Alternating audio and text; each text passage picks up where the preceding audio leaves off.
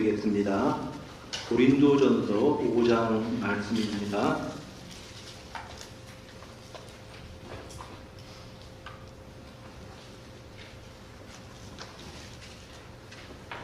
찾으셨으면 우리가 한 절씩 교독하도록 하겠습니다. 너희 중에 심지어 음행이 있다 함을 들으니 그런 음행은 이방인 중에서도 없는 것이라. 누가 그 아버지의 아내를 취하였다 하는도다.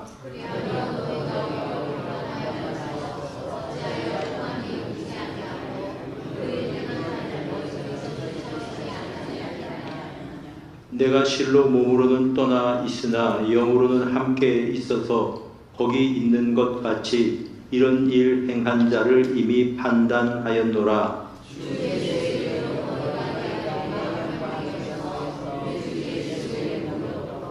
이런 자를 사탄에게 내주었으니 이는 육신은 멸하고 영은 주 예수의 날에 구원을 받게 하려 함이라.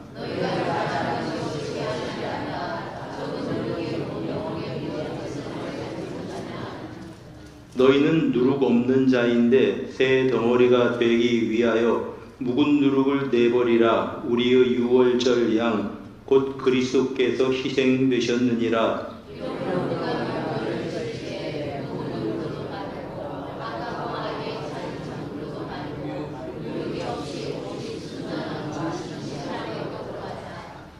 내가 너희에게 쓴 편지에 음행하는 자들을 사귀지 말라 하였거니와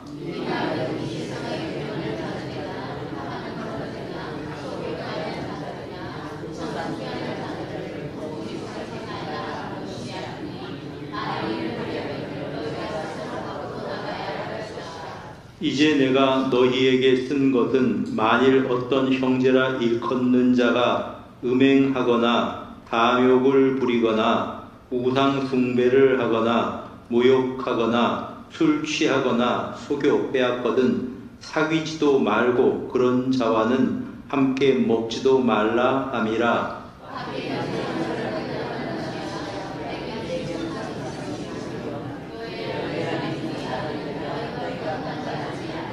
함께 읽습니다. 밖에 있는 사람들은 하나님이 심판하시려니와 이 악한 사람은 너희 중에서 내쫓으라. 아멘.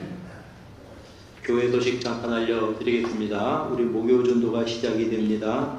이번 주 목요일 10시까지 교회에 오시면 되겠습니다. 다음 주 주일 예배 시 1, 2부 예배 때에 성찬식이 거행이 됩니다. 그렇게 하시고 마음으로 준비하시며 예배에 참석해 주시면 감사하겠습니다. 오늘도 오후 예배 참석하신 여러분들 모두에게 하나님의 은혜가 함께 하시기를 축복합니다. 다시 한번 주변에 계신 분들 돌아보면서 인사 나눕시다. 사랑합니다. 반갑습니다.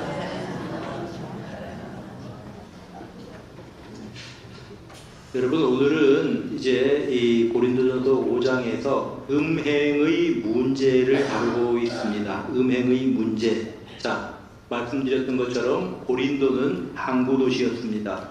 그리고 오랫동안 방치되었다가 새롭게 조성된 신도시였습니다.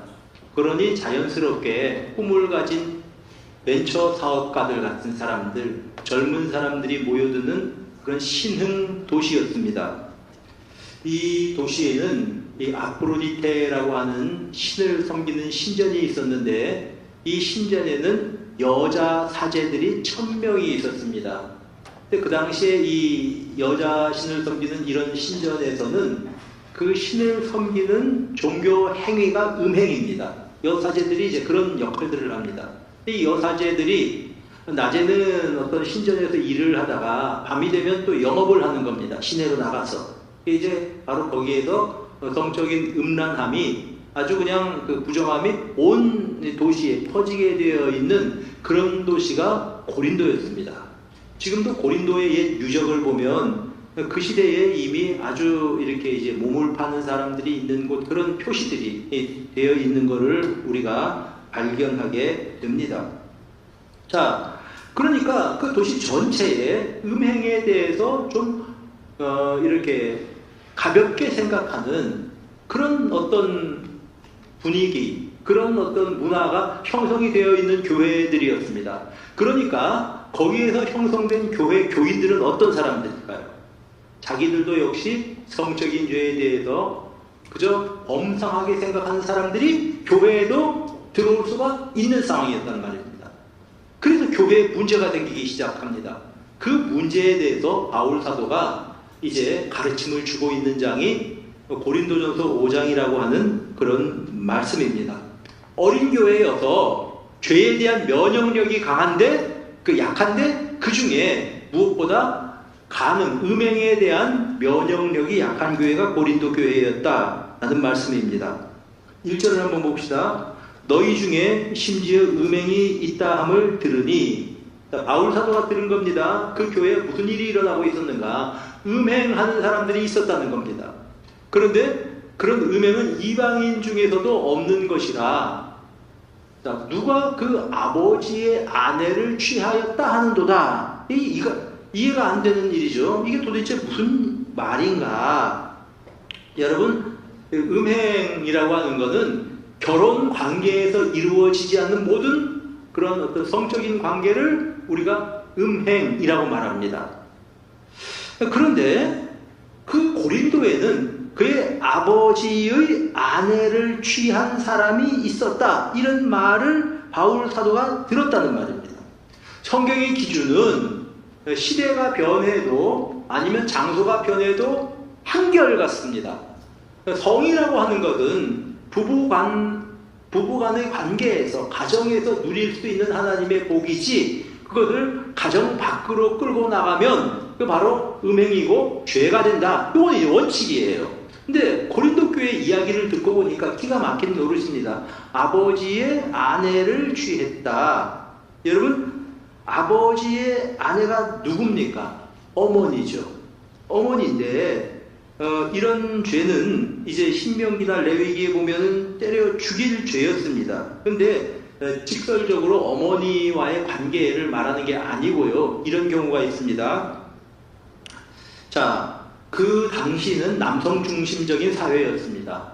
그러니까 어떤 사람이 결혼 생활을 하다가 아내가 먼저 세상을 떠나든지 아니면 이혼을 할 경우가 있습니다. 그러면 또 재혼을 하게 되는 것이죠. 재혼을 하면 첫 번째 아내와의 이 낳은 아들 입장에서 작은 어머니는 이제 계모죠. 그렇게 되는 거죠. 작은 어머니 어머니뻘이 되는 것입니다.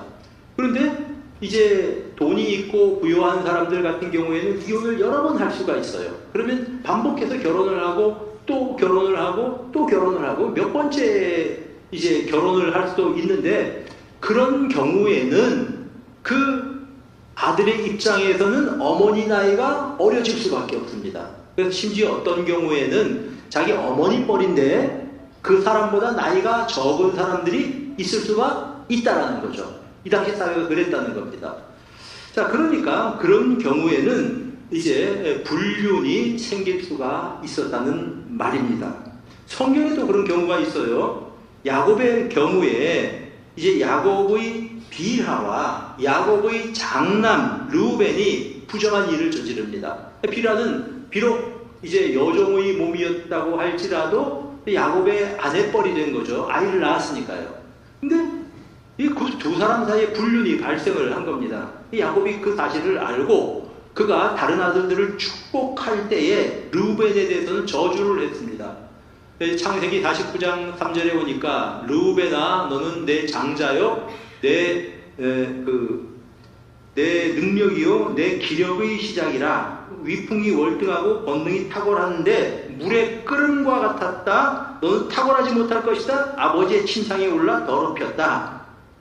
바로 그 사건을 가지고 지금 야곱이 축복이 아니죠. 아들에 대한 저주를 하고 있는 것입니다.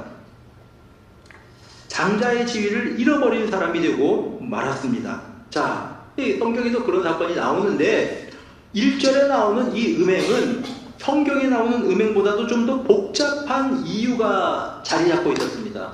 이런 거죠.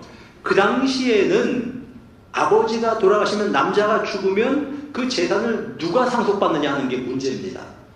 그 재산은 그 당시의 법에 의하면 전부 다 아내가 취하게 되어 있습니다. 자, 이거 한번 생각해 보세요. 이런 복잡한 가정이 있습니다. 어떤 아들이 있습니다. 아들들이 있다고 해봐요. 그러면 뭐 아버지가 이혼을 몇 번 하고 어쩌고 저쩌고 해가지고 맨 마지막에 결혼하고 있었는 젊은 사람하고 결혼해 살고 있었던 아버지가 세상을 떠났습니다. 그러면 그 아버지의 막대한 재산은 누구께 된다고요? 그 아내로 마지막에 살고 있던 그 사람 재산이 되는 게 그 당시 상속법입니다. 그러니까 형제들이 막 그냥 있을 수 없는 일이다. 어떻게 저 사람이 우리 아버지 재산을 몽땅 다 가져가냐. 그래서 뭐라고 어떻게 했냐 하면은 그 어머니와 아들이 결혼을 뭐 어떤 자의에 의해서든 타의에 의해서든 하는 일이 생긴 겁니다. 그러니까 그 동기는 뭐냐 하면은 단순한 음행의 문제가 아니라 재산 상속의 문제 때문에 생긴 일이에요. 그런 일들이 더러더러 일어났다는 겁니다. 그 당시 사회에서.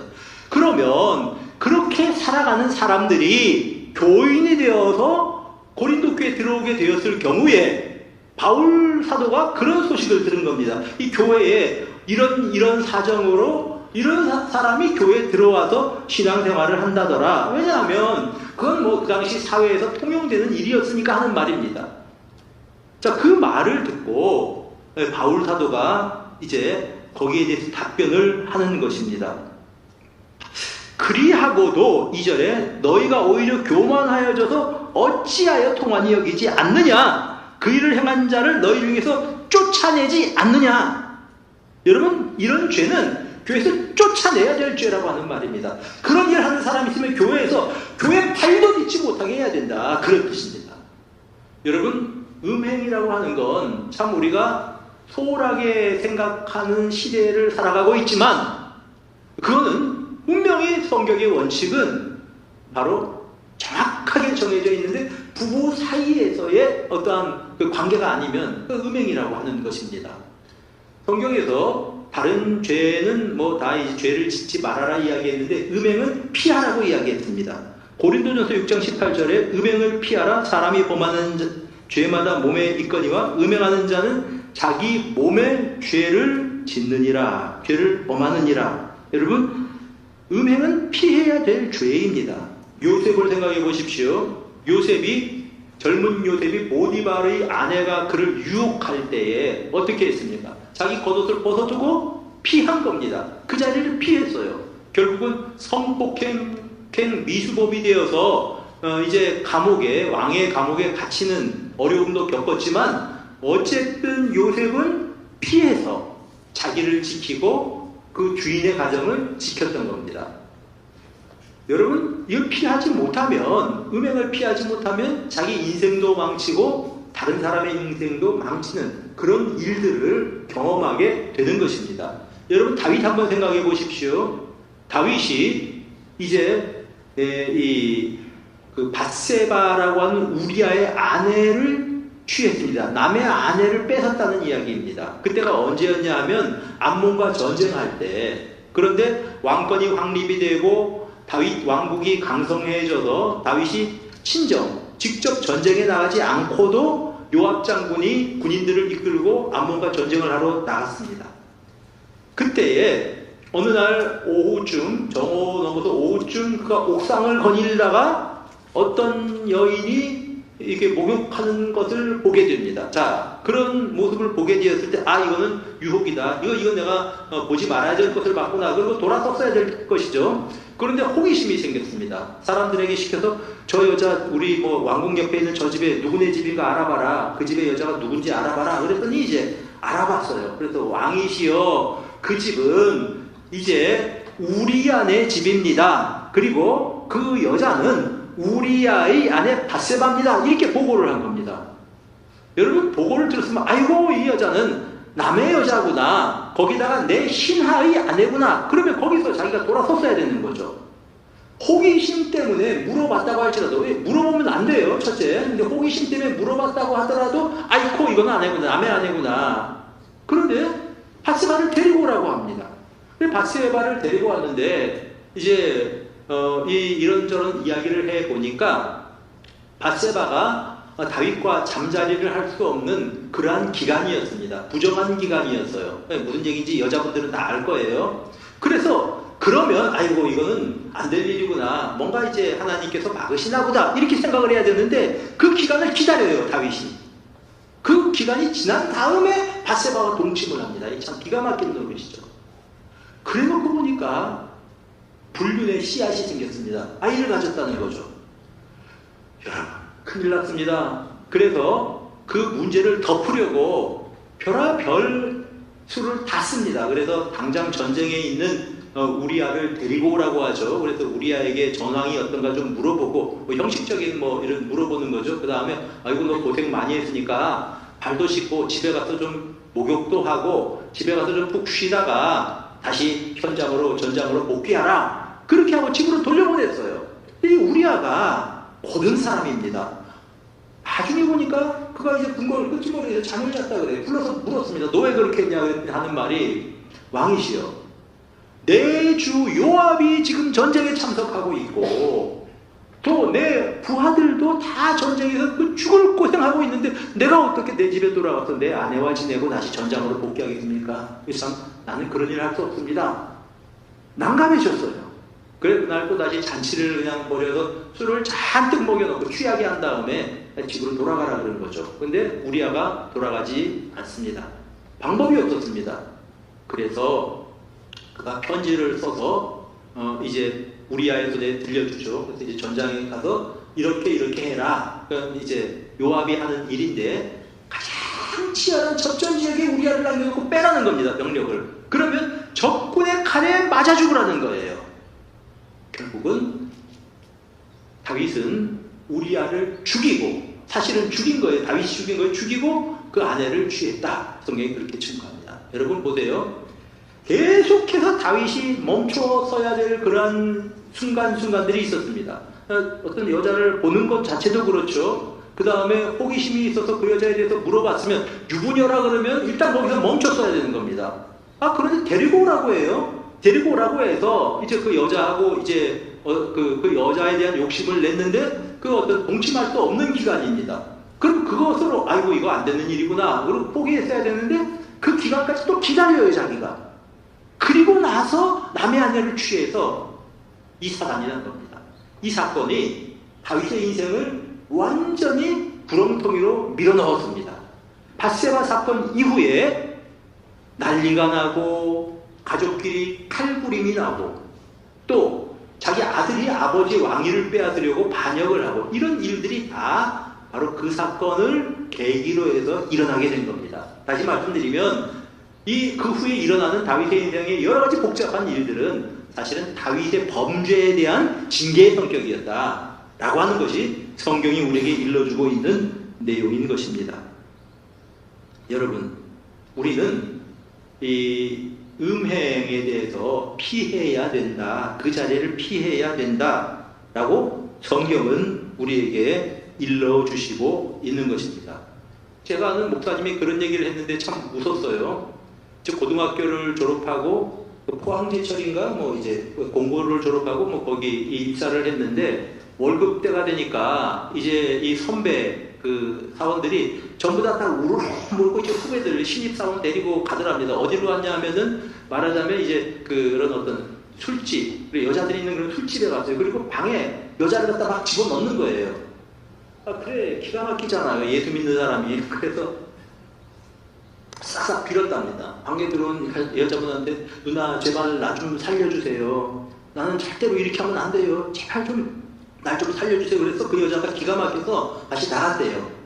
그래, 내가 그 얘기를 들으면서 그래 자기를 지키는 사람이 그렇게 지키는 사람도 있구나 라는 생각을 해본 적이 있습니다. 음행은 피해야 된다. 음행은 피해라. 이것이 성경의 교훈입니다. 자, 그런데 그런 교훈, 원칙을 가지고 있는데 교회에 자기 아버지의 아내를 취한 사람이 있었다는 말입니다. 물론 다른 이유 때문이 아니라 돈 때문에 그렇게 됐죠. 돈 때문에 그렇게 됐다고 할지라도 바울 사도는 그 당시 사회에 그런 일들이 더러더러 일어나는 일이었다고 할지라도 교회에서는 그렇게 하면 안 된다는 말입니다. 그 일을 통한이 여기고 그런 사람을 쫓아내라. 그 사람은 교회 발을 딛지 못하게 해야 될 일이 아니냐. 너희는 그렇게 하지 않고서도 뭐가 잘났다고 그렇게 교만해 있느냐 라고 하는 것이 바울 사도의 책망입니다. 자, 여러분 한번 물어봅시다. 만약 그런 사람이 교회에 있다고 할 때 그 사람이 재산이 있는 사람일까요? 재산이 없는 사람일까요? 여러분, 그런 결혼 생활을 할 수밖에 없는, 그러니까 이 아버지의 그 젊은 계모와 그 결혼을 해서 재산을 잃어버리지 않으려고 하는 사람이라고 한다면 그 아버지가 돈이 있는 사람입니까? 없는 사람입니까? 솔직히 부유한 사람이라는 말입니다. 그러면 교회에 큰 일이 있으면 누구 주머니에서 그런 돈이 나오겠습니까? 그런 사람 주머니에서 나오는 거예요. 교회 큰 일이 있으면 아이고 내가 그냥 헌금합니다. 뭐 몇백만 원, 몇천만 원 헌금하는 사람이 바로 그런 사람이었다고 하는 말입니다. 아버지가 이제 이렇게 재산을 남겨두고 이렇게 이제 이 복잡한 관계를 만들어 놓은 사람이 바로 그런 사람이었다라고 하는 뜻입니다. 자, 교회에 굳이 할 일이 있습니다. 그러면 당연히 헌금을 모아서 그 일을 해야 될 텐데 누구 주머니에서 그 돈이 나오겠습니까? 바로 그런 사람 주머니에서. 교회에서는 이런 유력한 재산이 있는 사람들을 교회 밖으로 내쫓는 일이 쉽겠습니까? 어렵겠습니까? 쉬운 일은 아니었단 말입니다. 다른 남들도 다 그렇게 살아가니까 그런 사람이 교회에 들어온 것뿐이에요. 그런데 바울 사도는 뭐라고 말씀하고 있습니까? 그리하고도 너희가 어찌 교만하여졌냐? 통한이 여기지 않냐? 그 사람을 너희 중에서 쫓아내야 한다 라고 말씀을 하고 있는 겁니다. 그러면서 바울 사도는 3절에 이렇게 말씀을 합니다. 내가 실로 몸으로는 떠나 있으나 영으로는 함께 있어서 거기 있는 것 같이 이런 일을 행한 자를 이미 판단하였노라. 자, 여러분, 몸은 떠나 있으나 영으로는 함께 있어서, 이게 무슨 말입니까? 바울 사도가 비록 멀리 떨어져서 에베소 지역에서 이 편지를 쓰고 있지만, 그러나 바울 사도의 영혼은 항상 고린도 교회에 있어서 편지를 통해서 고린도 교회 목회를 하고 있는 겁니다. 그래서 그는 기도하면서 이런 사람들 같은 경우에는 내가 이미 판단했다. 이런 사람들은 내쫓아야 될 사람이라고 이미 나는 판단을 했다. 이게 바울 사도가 뭐 유체 이탈을 해서 고린도에 가 있다고 하는 뜻이 아니고 멀리 떨어져 있지만 그 교회를 위해서 기도하고 마음을 쓰고 있는 사람이기 때문에 그의 영혼으로는, 마음으로는 그를 이런 자를 판단했다. 이렇게 말씀을 하고 있는 것입니다.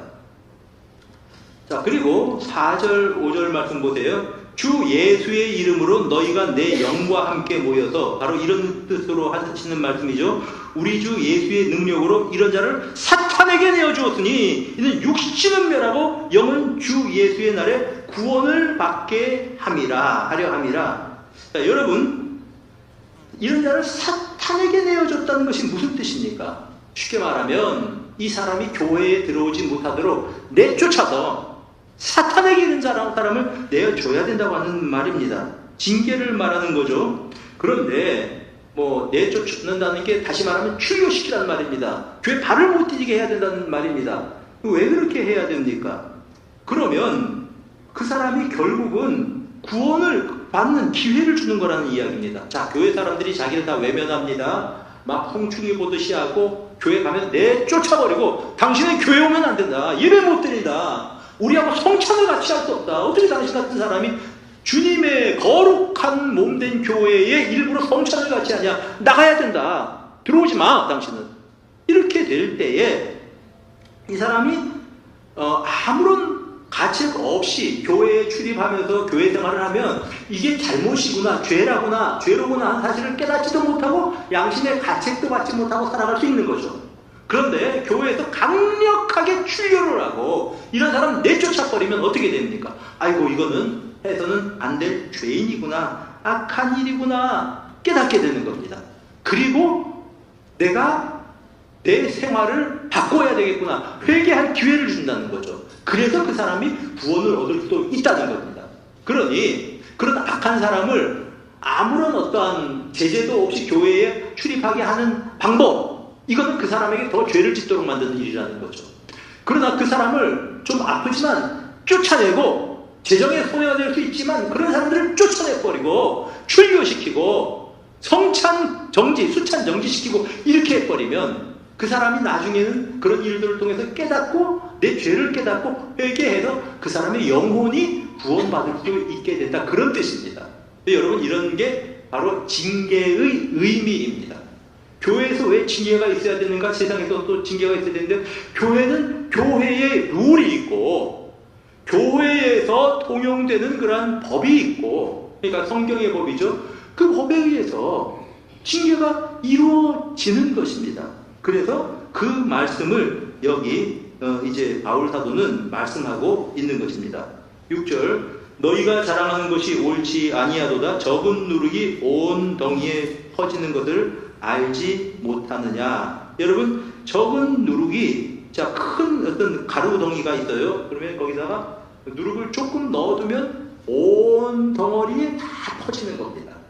그와 마찬가지로 죄가 공동체, 덩어리라고 하는 교회 공동체에 그냥 죄를 내버려 두어서 죄를 뽑아버리지 않으면 순전한 공동체 전체가 죄덩이가 된다라고 하는 그러한 말씀입니다. 이거 중요한 거죠. 여러분, 한 개인의 죄는 개인의 죄로 끝나는 것이 아니라 공동체에 그 죄가 퍼지게 된다는 겁니다. 제일 쉬운 예로 아간의 범죄를 예로 들 수 있습니다. 여러분, 여리고성을 하나님께서는 다 진멸하라고 하셨습니다. 다 죽이고 불태워버리는 것이 진멸입니다. 왜냐하면 여리고성은 가나안 땅의 첫 열매, 그 첫 열매를 번제로 하나님 앞에 드린다는 의미가 있는 겁니다. 그런데 여리고성에서 아간이라고 하는 사람이 욕심에 눈이 멀어서 금덩이, 은덩이와 신할산 외투 두 벌을 몰래 자기의 장막 아래, 자기 집 마당에 쉽게 말하자면 묻어두었습니다. 그 다음에 이 여리고성 다음 성이 그 아이성인데, 여리고성은 크고 견고한 성이고 아이성은 작은 성입니다. 아이성 전투에서 이스라엘이 패배합니다. 그래서 여호수아와 그냥 장로들이 다 통곡을 하면서 무릎을 꿇고, 하나님 어떻게 된 일입니까? 하나님께서 여호수아에게 일러주신 것입니다. 너희 가운데 죄가 있다. 죄가 있다. 너희가 죄 때문에 내게 범죄했다. 여러분, 죄는 아간이 한 사람이 지은 겁니다. 그런데 하나님께서는 이제 이 공동체 전체를 죄를 지었다고 보는 겁니다. 그래서 여호수아서 7장 1절에 이렇게 표현을 합니다. 이스라엘 자손들이 온전히 바친 물건으로 말미암아 범죄하였으니, 자손들이 범죄했대요. 범죄한 건 아간 한 사람입니다. 그러면서 유다 지파 세라의 증손 삭디의 손자 발미의 아들 아간이 온전히 바친 물건을 바쳤습니다. 자, 여러분, 죄는 한 사람이 죄를 지었어요. 근데 벌은 어떻게 임했냐 하면 공동체 전체의 벌이 임했던 것입니다. 그러니까 그렇다면 공동체 전체를 위해서는 죄를 범한 그 한 사람을 어떻게 해야 됩니까? 사탄에게 내어줘야 된다. 이것이 바울 사도의 교훈입니다. 그 사람을 사랑하고 긍휼히 여기는 마음, 이거는 가지고 있어야 되죠. 그러나 그 사람을 위해서도, 또 무엇보다 공동체 전체를 위해서 그런 사람이 있으면, 그런 악한 사람이 있으면, 예를 들어서 아간 같은 사람이 있으면 그 사람은 뽑아내어서 공동체에서 떼어져 버려야지 공동체 전체가 순수하게 보존될 수 있다. 바로 이런 것이 이 징계의 정신인 것입니다. 이제 그래서 이 사람을 사탄에게 내어주라, 이렇게 말씀을 하고 있는 것이죠. 7절 한번 보세요. 너희는 누룩 없는 자인데 새 덩어리가 되기 위하여 묵은 누룩을 내어버리라. 묵은 누룩을, 죄악을 내어버리라. 곧 그리스도께서 희생되셨느니라. 이러므로 우리가 명절을 지키되 묵은 누룩으로도 말고 악하고 악에 찬 누룩으로도 말고 누룩 없이 오직 순전함과 진실함의 떡으로 하자. 자, 여러분, 6월절에 그들이 이 애굽에서 나올 때 어떻게 했습니까? 누룩 없는 떡을 먹었습니다. 그러니까 이제 무교병이죠. 마찬가지로 우리는 주님의 피로 구속받은 하나님의 자녀들이고 그런 공동체인데, 우리가 명절을 지키되, 이게 비유로 말씀을 하시는 거예요. 애굽 땅에서 무교병을 먹던 우리 선조들처럼 우리 가운데 누룩을 제하여 버리고 묵은 덩이를 제하여 버리고 새로운 떡으로, 순수한 떡으로 우리가 명절을 지켜야 한다라고 하는 것이 성경을 통해서 말씀하고 이렇게 이제 우리에게 권하고 있는 것입니다. 그런데 이러한 기준이 바울 사도가 세상에 대해서 가지고 있는 기준과 교회 안에서 가지고 있는 기준이 좀 다른 것처럼 이야기합니다. 9절 한번 읽어봅시다. 시작. 내가 너희에게 쓴 편지에 음행하는 자들을 10절 한번 계속 읽어봅니다. 시작. 이 말은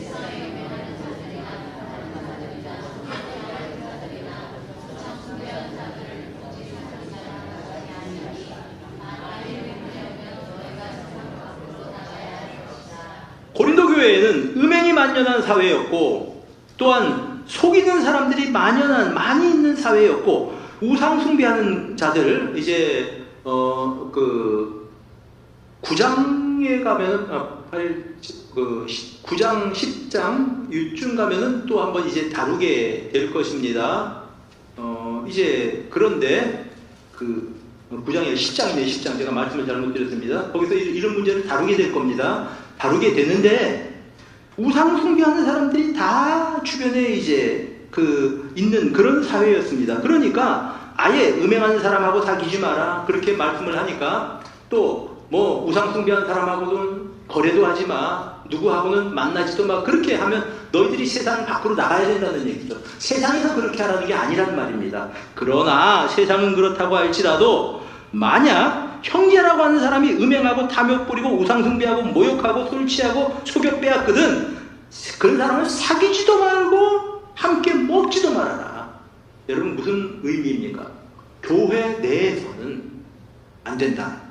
사회생활 하다 보면 우상 숭배하는 사람들과 안 만날 수가 없어요. 고린도에는 사회생활 하다 보면 음란하게 살아가는 사람들과 거래 안 할 수가 없습니다. 그러나 교회에서 그런 사람들이 있으면 사귀지도 말고 같이 음식도 같이 먹지 말아라. 상종을 하지 말아라. 그런 사람은 교회에서 내쫓아라. 그런 사람은 교회라고 하는 순수한 덩어리에서 그 교회를 멍들게 하고 사게 하는 자들이니 그 자들을 베어버려야 된다 라고 하는 것이 바울 사도의 교훈인 것입니다. 여러분 여기서 우리가 생각해보고 것이 두 가지 있죠. 우선 하나는 음행, 개인적인 음행에 대해서 음행은 피하라고 말씀드렸습니다. 그리고 음행은 그만큼 큰 죄라고 하는 것입니다. 현대인들은 음행을 죄라고 생각을 안 해요. 왜냐하면 간통죄도 없어졌습니다. 내가 좋아서 하는데 누가 뭐라 그래? 그렇게 생각들을 합니다. 아니요. 성경에는 그렇게 말하지 않습니다. 음행은 죄라고 말씀을 하는 것입니다. 그리고 개인적으로 음행을 피해야 된다 하는 교훈 한 가지를 배우게 되고 또 하나 공동체입니다. 공동체의 성결, 공동체의 거룩, 공동체에서 그런 악한 일들이 있을 경우에는 잘라버려야 된다. 사탄에게 내어줘야 된다. 차라리 그 사람을 몰아내어서 교회에서 그런 사람이 없는 게 사실은 낫다. 교회의 거룩을 위해서 그렇다는 말씀입니다. 사랑하는 성도 여러분, 우리 해운대 중립교회가 이렇게 순전하고 또 누르기 없는 그런 거룩한 공동체가 되기를 바랍니다. 우리 개인이 거룩한 사람으로 하나님 앞에 살아갈 뿐만 아니라 우리 교회가 아름답고 거룩한 공동체로 이제 하나님 나라를 이 땅에 세워가는 우리 교회가 되기를 간절히 바랍니다. 우리 이제 찬송 한 장 부르고